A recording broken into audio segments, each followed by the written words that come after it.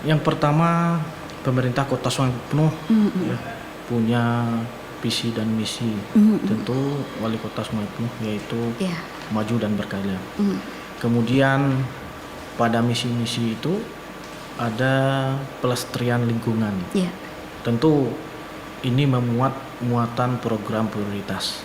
Tentu jika berbicara hari ini, ya, bagaimana kita untuk menyelamatkan lingkungan supaya masyarakat hidup nyaman pada lingkungan yang sehat, itu pemerintah Kota Sungai Penuh yang hari ini dalam tata kelola persampahannya, kemudian pengelolaan lingkungan hidupnya, itu dituangkan di dalam dokumen RPJMD.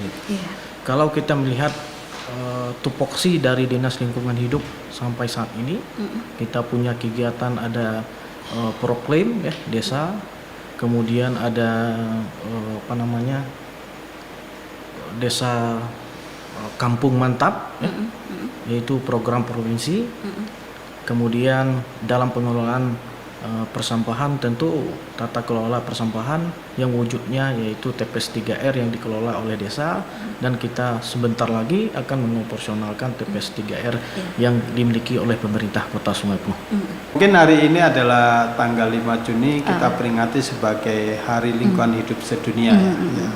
Dan itu memang sejak tahun 1972 oleh dunia diperingati sebagai Hari Lingkungan Hidup gitu ya.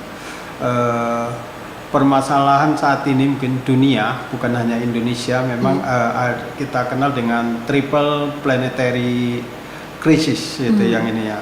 Itu ada 3 krisis terkait dengan masalah lingkungan hidup di dunia. Yaitu yang pertama adalah krisis perubahan iklim, yang kedua krisis kerusakan alam dan kehilangan biodiversitas, serta krisis polusi dan limbah. Itu adalah yang dialami oleh dunia saat ini.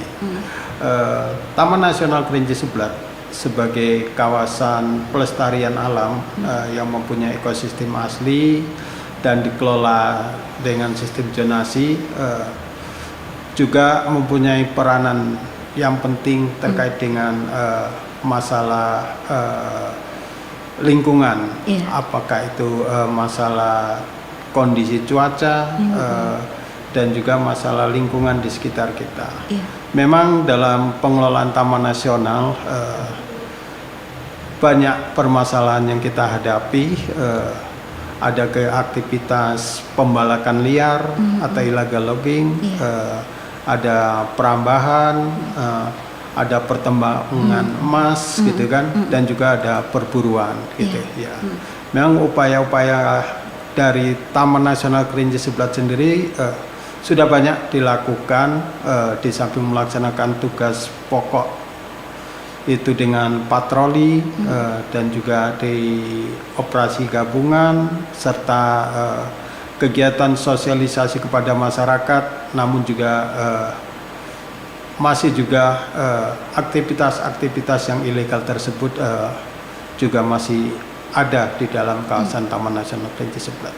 Perlu digarisbawahi ya, yang harus kita apresiasi, bahwa Bapak Wali Kota Sungai Penuh, Bapak Dr. Ratus Ahmadi Zubir MM, itu sudah meletakkan pondasi pengelolaan persampahan di Kota Sungai Penuh. Kenapa saya sampaikan demikian? Karena program pusat itu bahwa bagaimana pengurangan sampah. Nah, program yang sudah dilaksanakan oleh pemerintah Kota Sungai Penuh selama beliau memimpin sampai hari ini, itu sudah artinya di dalam RPJMD dan rencana kegiatan di SKPD yang ada di Kota Sungai Penuh itu sudah mengacu kepada apa yang diinginkan oleh pemerintah pusat dalam usaha pengurangan, seperti mendirikan bank sampah, kita sudah dirikan. Kemudian bagaimana kita mendirikan TPS 3R yang program prioritas beliau ini ya, yang sudah di beberapa tahun ini dikelola oleh pemerintah desa. Kemudian bagaimana kita akan mempersionalkan TPS 3R yang tingkat Kota Sungai Penuh. Kemudian dalam pengelolaan TPA itu walaupun kita belum pegang payung hukum ya, bahwa ke depan ini tidak ada lagi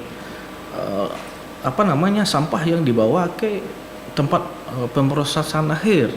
Nah, sekarang ini kita sudah ke arah zero waste.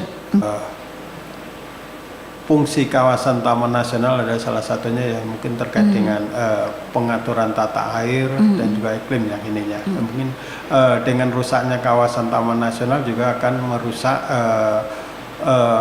kawasan di bawahnya. Otomatis juga akan mempengaruhi